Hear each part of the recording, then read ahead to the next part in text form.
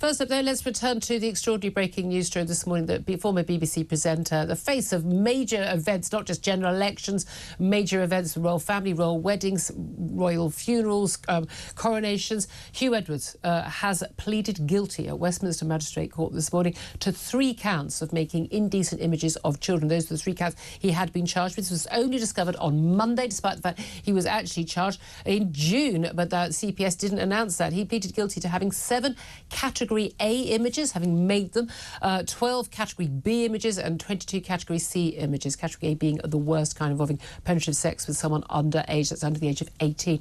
Let's talk about this with media law consultant Ian Bloom, who joins us now. Good afternoon to you, Ian. Good afternoon. Thanks for joining us. Now, I think, look, everyone was pretty shocked that these charges had actually been brought. Of course, when the story first came to light, that a BBC presenter, later named by his wife, although he's now broken up with his wife, we understand, that he was the BBC presenter involved in paying large sums of money, tens of thousands of pounds, to an underage person. We then learned it was a teenage boy.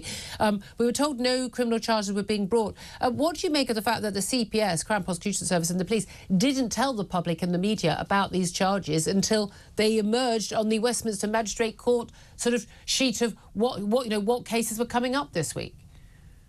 Yeah, well, a year ago when he came off air, because of the incidents that took place then, he wasn't actually charged with anything. But he did leave the BBC. He did come off air and was apparently charged, nobody knew, in November last year, left the BBC in April this year, and all the while, bubbling under, the CPS were looking forensically at his WhatsApp messages, and they found this stuff. Yeah. They charged him. It's a question of whether it's in the public interest to announce this. Had he not been Huw Edwards, I doubt very much if it would have been announced. But as it is, they didn't, and it came as a surprise to the world, to the media anyway. Yeah. That he's in court. But the key thing here, I think, I mean, it must just great because he was arrested in November last year, charged just over a month ago in June, just over a month. But the fact that the CPS had made that announcement last year saying there were no criminal charges in relation to the events that caused him to leave the BBC. Well, originally, of course, he carried on being on the payroll to us taxpayers, but was basically receiving mental health treatment in a mental health institution. We understand, and then after leaving that, didn't return to the BBC.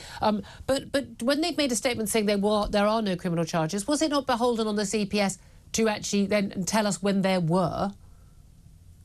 You could say that. You could say that because of his profile and the ongoing widespread interest in him, they should have been more open. Yeah. On the other hand, there is a privacy element about not disclosing information like this until it's appropriate. And in their view, it was when the hearing was coming up. Listed.